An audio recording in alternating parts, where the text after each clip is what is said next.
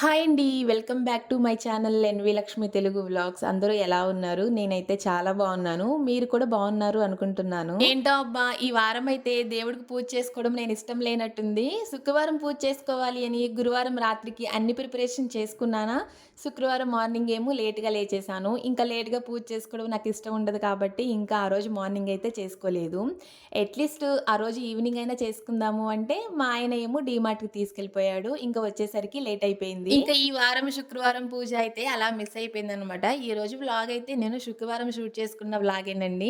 ఇంకా మార్నింగ్ లేవడమే లేట్‌గా లేచేశాను కాబట్టి కిచెన్ అంటే కౌంటర్ టాప్ మీద ఉన్న అంట్లు అవన్నీ కూడా వాటి ప్లేస్‌లో వాటి పెట్టేశాను. లేట్ అయిపోయింది గదా! మరి అప్పటికే పిల్లలకి టిఫిన్ చేయాలి. ఇంకా వాళ్ళు లేచిన తర్వాత ఖచ్చితంగా చిన్న పాప అయితే ఏడుస్తా ఉంటది. ఇంకా పెద్ద పాప అయితే ఆకలి, ఆకలి అంటా ఉంటది.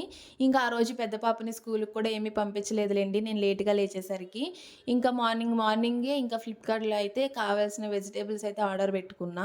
అంటే ఎప్పటినుంచో పూరి వేద్దాం అనుకుంటున్నా గానీ, ఇంక పూరి వేయడం అయితే అస్సలు కుదరట్లేదు. ఇంట్లో పెరుగు ప్యాకెట్ కూడా అయిపోయిందనమాట. ఇంక పెరుగు ప్యాకెట్ ఒకటి, పాలు, నిమ్మకాయలు, కొత్తిమీర, పుదీనా ఇవి ఆన్‌లైన్‌లో తక్కువ రేటుకొస్తాయి. ఇప్పుడు నేను చూపించాను గదా! ఇవి ఎలా అంటే రూ. 9 అనమాట. కొత్తిమీర రూ. 9, పుదీనా రూ. 9. ఇంకా అందుకే నేను ఆన్‌లైన్‌లోనే ఎప్పుడూ ఆర్డర్ పెట్టుకుంటా. ఇంకా పూరి చేద్దామని చెప్పాను గదా! ఆ పూరీలోకి పాలతో కలుపుతారు కదా! పూరీ పిండిని. ఇంకా కొద్దిగా పాలైతే ఇంకా వేడి చేస్తున్నాను పూరీ పిండి కలపడానికి. ఇంకా రిమైనింగ్ పాలన్నీ కూడా ఫ్రిడ్జ్‌లో పెట్టేశాను. దాంతోటి పరమాన్నం చేద్దాం అనుకున్నా. రిమైనింగ్ పాలున్నాయి గదా! వాటితోటి ఎప్పటినుంచో పరమాన్నం తినాలనిపిస్తుంది. మా ఆయనకేమో ఆయనంతటగా ఆయన ఎప్పుడు కూడా పాల ప్యాకెట్ తీసుకొచ్చుకొని, నాకు కాఫీ తాగాలనిపిస్తుంది పెట్టు అనడు. నేనెప్పుడైనా ఇలాగ పరమాన్నం చేద్దామనో, లేదు అంటే ఇంకేదైనా యూట్యూబ్ కోసమో, లేదు అంటే పిల్లల కోసమో ఏదైనా వెరైటీ చేద్దాము పాలతోటి అనుకున్నప్పుడు, నేను పాల ప్యాకెట్ తెచ్చుకుంటానా, అప్పుడే ఆయనకి ఇంకా కాఫీలు, టీలు అన్నీ గుర్తొస్తాయి. ఇంకా ఆ రిమైనింగ్ పాలతోటైతే నేను పరమాన్నం చేద్దాం అనుకున్నా గానీ, మా ఆయనేమో కాఫీ పెట్టమన్నాడనేసి ఇంకా కాఫీ అయితే పెట్టి ఇచ్చేసాను. ఇంకా పూరీలైతే ఈరోజు మా బ్రేక్‌ఫాస్ట్ కింద పూరీలేసాననమాట. మీకు చెప్పాను కదా! మా హస్బెండ్ నైట్ టైమ్ డ్యూటీస్‌కి వెళ్తున్నాడని లాస్ట్ వీడియోలో. ఇంకా మార్నింగ్ కల్లా వచ్చేసాడనమాట. ఇంక తనకైతే టిఫిన్ పెట్టేసేసి పడుకుంటాడు కదా అన్నట్టుగా ఇంక తనొచ్చేలోపు మాక్సిమము టిఫిన్ అయితే అయిపోయిందిలెండి. ఇంక తనొచ్చిన తర్వాత అందరం కలిసైతే తిన్నాము. మేము మరి పూరీలు తింటున్నాము, చిన్న పాపకేం పెట్టారక్క అనుకుంటారేమో, చిన్న పాపకి ఇంకా యాజ్ యూజువల్‌గా రాగి జావే అనమాట. తనకైతే రాగి జావ పెట్టేసాను. లాస్ట్ వీడియోలో మా మ్యారేజ్ గురించి చెప్పాను కదా! ఇంకా ఆ వీడియోనే టీవీలో పెట్టుకొని చూస్తున్నాము. అయితే మా ఆయన చెప్తున్నాడనమాట. ఇలా చెప్పాల్సింది, అలా చెప్పాల్సింది అనేసి. ఇంక నాకు నవ్వొచ్చి ఇంక ఇద్దరం కలిసి మా ఆయన కలిసి అలాగ సెటైర్‌లు వేసుకుంటూ నవ్వుకున్నాము. అయితే మా ఆయనకి పూరి పెట్టానే గానీ తనకది తిన్నట్టుగా అనిపించలేదంట. మా హస్బెండ్ ఏంటి అంటే అమ్మ వాళ్ళు, నాన్న వాళ్ళు ఉంటారు గదా! ఆ వైట్ రైస్ తింటేనే మాకు తిన్నట్టుంటది. మార్నింగ్ ఇడ్లీ తినము, ఏమి తినము అంటారు చూడండి. మా ఆయన ఆ టైపు. ఇంకా మా ఆయనకి ఇంకా నైట్‌ది టమోటా కర్రీ ఉంటే, ఇంకా ఆ టమోటా కర్రీ వేసి అయితే అన్నం పెట్టేశాను. ఇంకా త్వరగా అన్నం కూడా వండేశాను. అన్నం వండేసేయి నేనింక పడుకోనులే, అన్నం తినేసి ఒకేసారి పడుకుంటాను అంటే, ఇంక నైట్ టమోటా కర్రీ ఇంక త్వరగా అన్నం వండేసి తనకైతే అన్నం కూడా పెట్టేశాను. తనైతే ఇంకా పడుకొని పోయాడు. ఇంకా నేనైతే ఇంకా మార్నింగ్ చూపిచ్చాను గదా మీకు ఫ్లిప్‌కార్ట్‌లో ఈ పుదీనా, కొత్తిమీర ఆర్డర్ పెట్టుకున్నాను అని. ఇంకది అలానే పెట్టేశాను అంటే ఖచ్చితంగా వడిలిపోతుంది అనేసి, ఇంక అన్ని పనులన్నీ ఆపేసి, కొత్తిమీర కట్ జేసేసి ఇంకా వాటి బాక్సుల్లో వాటినేసేసి అయితే నేను ఫ్రిడ్జ్‌లో అయితే పెట్టేసుకున్నాను.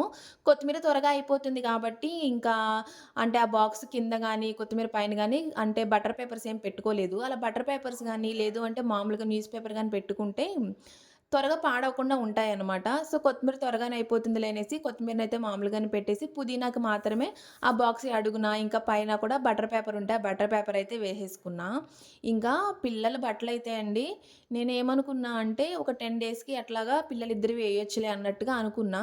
కానీ ఈ బట్టల్లో తడి బట్టలు కలిసిపోయేట్టున్నాయి. ఇంకా ఆ తడికి అన్ని రోజులు ఉండడం వల్ల అనుకుంటా ఏమో గానీ మొత్తం బూజు పట్టేసాయండి అసలు.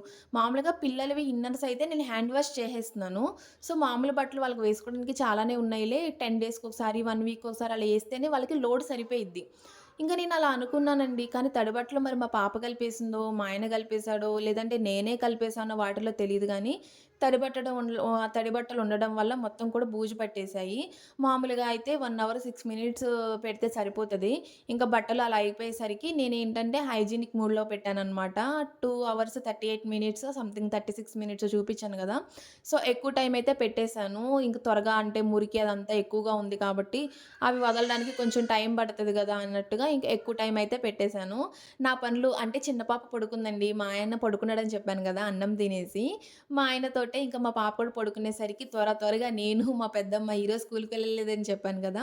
ఇద్దరం కలిసి ఒక పని తర్వాత ఒకటి, ఒక పని తర్వాత ఒకటి ఇంకా చేస్తూనే ఉన్నామనమాట. తను లేచేలోపు మొత్తం ఇల్లంతా క్లీన్‌గా పెట్టేయాలి అన్నట్టు. అయితే మీరందరూ థంబ్‌నెయిల్‌లో చూసే ఉంటారు కదా! మా హస్బెండ్ దగ్గర ఒకతను 70,000 మనీ తీసుకొని మోసం చేశాడండి. ఎవరో కాదు మా హస్బెండ్ తోటి ఫస్ట్ నుంచి తనతో పాటే ఉండి, తనతో పాటే తిరుగుతూ, ఇంకా క్లోజ్ ఫ్రెండ్ అన్నట్టుగా చెప్పుకోవచ్చు. ఇంకా క్లోజ్ ఫ్రెండే అనమాట.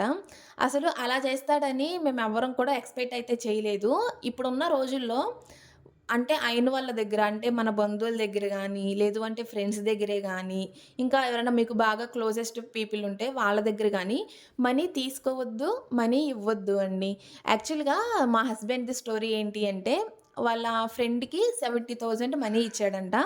తనకి 70,000 మనీ ఇచ్చినట్టు మా దగ్గర ఫోన్‌పే ద్వారా ఏసాడు మా హస్బెండు. సో, ఆ హిస్టరీ గూడా మా దగ్గరైతే ఉంది. మా హస్బెండ్ చేసిన మిస్టేక్ ఏంటంటే, మనీ ఇచ్చినప్పుడు నాకు గానీ, వాళ్ళ మమ్మీ, వాళ్ళ డ్యాడీకి గానీ ఎవ్వరికీ చెప్పలేదండి. ఎప్పుడు చెప్పాడు అంటే, ఇంక ఆయన్ని మేమొక ప్రాబ్లమ్‌లో ఇరుక్కుపోయి ఉన్నాము ఆ టైంలో. సో, మాకు ఆ ప్రాబ్లమ్ నుంచి సాల్వ్ అవ్వడానికి మాకు మనీ అవసరము. సో, ఆ టైంలో ఇంక మా హస్బెండ్ ఏం చేశాడంటే, ఇంక వాళ్ళ ఫ్రెండ్‌కి ఇచ్చాడు గదా! వాళ్ళ ఫ్రెండ్‌ని అడిగాడనమాట. నాకిట్లా మనీ అవసరం ఉంది. రిటర్న్ ఇస్తావా అంటే, వాళ్ళ ఫ్రెండ్ ఇవ్వనని చెప్పాడంట.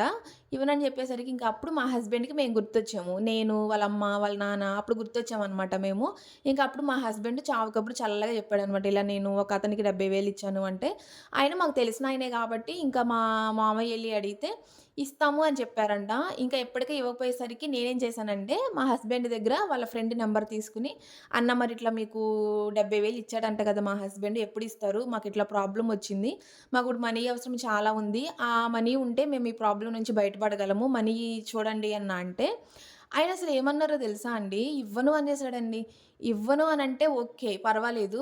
వాళ్ళ వైఫ్ కూడా ఫోను తీసుకొని, "నువ్వు ఎక్కువగా మా ఆయనకి ఇలాగా మెసేజ్‌ల మీద మెసేజ్‌లు, కాల్స్ మీద కాల్స్ చేస్తుంటే నీ మీద పోలీస్ కేస్ పెట్టేస్తాము. మీ ఇంటికి పోలీసులను రప్పిస్తాము" అందండి. నేనైతే అసలు ఇలాంటి మనుషులు ఇంకా ఉంటారేమో! ఛీ! మరి ఇంత తెగిచ్చి అంటే ఇంత బరి తెగిచ్చి ఎలా మాట్లాడతారు అనిపించిందండి నాకు. అదే ప్లేస్‌లో నేనుంటే గనక అమ్మో! మా ఆయన ఇంత డబ్బులు తీసుకున్నాడనేసి నా దగ్గర బంగారం ఉంటే బంగారము, లేదంటే నా దగ్గర డబ్బులుంటే డబ్బులు ఏదో ఒకటి ఇమ్మీడియేట్‌గా ఇచ్చేసేదాన్నండి. అంటే నాకు భయమనమాట. మన దగ్గర ఇప్పుడు ఒక దగ్గర అప్పుండి, మన దగ్గర డబ్బులు ఉంచుకొని కూడా మనం ఇవ్వలేదు అంటే ఫస్ట్ నాకు పీకులాడుతా ఉంటది. అలాంటిది వాళ్ళు అంత ధైర్యంగా మా మీద రివర్స్‌లో పోలీస్ కేస్ పెడతామన్నారు. అప్పటికే మేము ఒక ప్రాబ్లమ్‌లో మా ఆయన ఒక పెద్ద ప్రాబ్లమ్ తీసుకొచ్చి మా మీద పడేసాడు. ఇంకా ఆ ప్రాబ్లమ్ ఫేస్ చేయాలా? ఇంకా వీళ్ళతోటి గొడవలు పడాలా అనేసి నేను ఒక్కటే అనుకున్నానండి. ఖచ్చితంగా దేవుడనేవాడు ఒకడుంటాడు.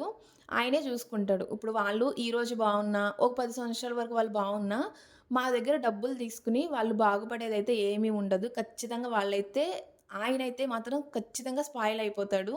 మా హస్బెండ్ డబ్బులిచ్చింది అక్షరాల నిజమండి. వాళ్ళిద్దరి మధ్య ఏమి అండర్‌స్టాండింగ్ ఒచ్చి మరి ఆ రోజు వాళ్ళు మనీ ఇచ్చిపుచ్చుకున్నారో మనకైతే తెలీదు గానీ, డబ్బులు తీసుకున్నదైతే నిజము. వాడు మా ఆయనకి ఇవ్వని మాట కూడా నిజమే అన్నమాట. ఏదో ఒక రోజు ఖచ్చితంగా మా ఏడుపైతే తగులుతుందండి. తగలకుండా ఉండదు. 70,000 అంటే మాలాంటి వాళ్ళకైతే 70,000 సంపాదించడానికి చాలా రోజులే పట్టిద్దండి. సో, అదే 70,000ని ఆయన ఈజీగా తీసుకొని మీ మీద రివర్స్‌లో పోలీస్ కేస్ పెడతాము అన్నాడు కాబట్టి, మా ఏడుపైతే తగలకుండా పోదు. నేనైతే దేవుడిని ఇంక నమ్ముతాను. బిలీవ్ చేస్తాను. ఏదో ఒక రోజు ఆయనకి మూడిద్ది బాగానే అనేసి. సర్లేండి. ఇప్పుడు నేను ఈ స్టోరీ మీకెందుకు చెప్తున్నాను అంటే, ఎప్పుడైనా సరే రిలేటివ్స్ దగ్గర గానీ, ఫ్రెండ్స్ దగ్గర గానీ మనీ తీసుకోవద్దు. ఒక్క రూపాయి మనీ ఇవ్వద్దు అండి. ఒకవేళ మనీ తీసుకున్నామే అనుకోండి, మనము ఎలాంటంటే అలాగా రౌడీయిజం చేసుకుంటూ పోలీసులు కేసు పెడతాం, ఇట్లా పెడతాం అలాంటి మైండ్ సెట్ అయితే అందరికి ఉండదు కదండీ! సో, మనం ఎక్కడైనా మనీ తీసుకున్నాము అంటే అది ఇచ్చే వరకు కూడా ఫస్ట్ మనం టెన్షన్ పడిపోతూ ఉంటాము. అమ్మో! వాళ్ళు ఎప్పుడు అడుగుతారో ఏమో అనేసి ఎలాంటి సిచ్యువేషన్‌లోకి వెళ్ళిపోతామంటే ఒక డిప్రెషన్‌లో లాగా వెళ్ళిపోతామనమాట మనీ తీసుకుంటే. అదే ఒకవేళ మనీ ఇచ్చామా అనుకోండి, ఇదిగోండి ఇలాంటి రౌడీయిజం చేసేవాళ్ళు, ఇలాంటి వేస్ట్ గాళ్ళు ఉంటారనమాట. పోలీస్ కేసులు పెడతామనో, లేదు అంటే ఇంటికొచ్చి రౌడీయిజం చేస్తాము, మిమ్మల్ని కొట్టేస్తాము, అట్లా చేస్తాం, ఇట్లా చేస్తాం అనేవాళ్ళు ఉంటారు.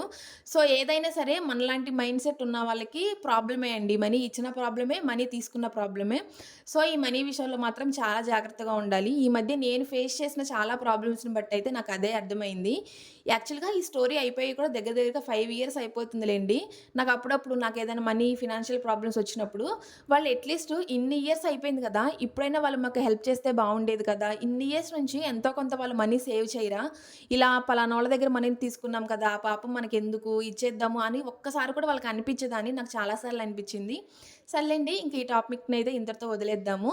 హైదరాబాద్‌లో ట్రాఫిక్ చూసారా ఎలా ఉందో? చీమలు వెళ్ళే అంత గ్యాప్ కూడా ఉండదండి. అంత ట్రాఫిక్ ఉంటుంది. మేము ఈవినింగ్ టైమ్‌లో డీమార్ట్‌కి వెళ్ళాం కదా! అంటే మా హస్బెండ్ ఇంక మార్నింగ్ వచ్చేసి ఫుడ్ తినేసేసి పడుకుని పోయాడు కదా! ఇంకా ఈవినింగ్ మమ్మల్ని తను డ్యూటీకి వెళ్ళేటప్పుడు ఏంటి అంటే నన్ను తీసుకెళ్ళాడు డీమార్ట్‌కి. అక్కడ నాకు కావాల్సిన సరుకులు అవన్నీ ఇప్పిచ్చేసేసి తనైతే మళ్ళీ నాకు ఆటో బుక్ చేశాడనమాట. ఇంక తనేమో అటు డ్యూటీకి వెళ్ళిపోయాడు. ఇంకా హాయ్ నేనైతేనేమో అండి. డీమార్ట్ ఇంటికొచ్చేసాను. నుంచి ఇంటికైతే వచ్చేసాము. వచ్చేసిన తర్వాత అన్నం అయితే వండేసి పిల్లలిద్దరికీ అన్నం పెట్టేశాను. మార్నింగ్ ఏమీ కర్రీ చేయలేదు. ఇప్పుడు కూడా ఏమీ కర్రీ చేయలేదనమాట. నెయ్యి ఉంటే ఇంక పిల్లలిద్దరికీ పెట్టేసేసాను. పెట్టేసిన తర్వాత పడుకుంటారేమో అనుకున్నా గానీ ఇద్దరు పడుకోలేదు. ఆడుకుంటూనే ఉన్నారు. ఇంక వాళ్ళతో పాటు నేను కూడా కొంచెంసేపు అలా పడుకుని ఫోన్ అయితే చూశాను. కొంచెంసేపు కాదులెండి ఎక్కువ సేపే చూశాను. ఇప్పుడైతే ఎగ్జాక్ట్‌గా టైం వచ్చేసేసి 10:40 అవుతుంది. ఇంకా వాళ్ళైతే పడుకుని పోయారు. వాళ్ళు పడుకుని పోయిన తర్వాత అంట్లయితే కడిగేసాననమాట. అంటే ఆఫ్టర్‌నూన్ తిన్నాను కదా! ఇంక అంట్లయితే కడిగేసి షింక్ అయితే ఖాళీ చేసేసాను. అయితే ఇది ఆఫ్టర్‌నూను నేను వీటిని నానబెట్టాను కదా! పూజ సామానన్నీ నిన్న రెడీ చేసుకున్న లిక్విడ్‌లో. అయితే లిక్విడు కొంచెమే రెడీ చేయడం వల్ల ఓన్లీ ఇది సగమే మునిగిందనమాట ఆ వాటర్‌లో. మునిగినంత లెక్కేమో మీకు కనబడుతుందా క్లియర్‌గా? మునిగినంత లెక్కేమో చక్కగా క్లియర్ అయిపోయింది. నేనేమి రుద్దకుండానే చేత్తోటి. ఇంకా వాటర్‌లో అంటే వాటర్ టచ్ అవున్నంత వరకేమో ఇలా బ్లాక్‌గానే ఉండిపోయింది.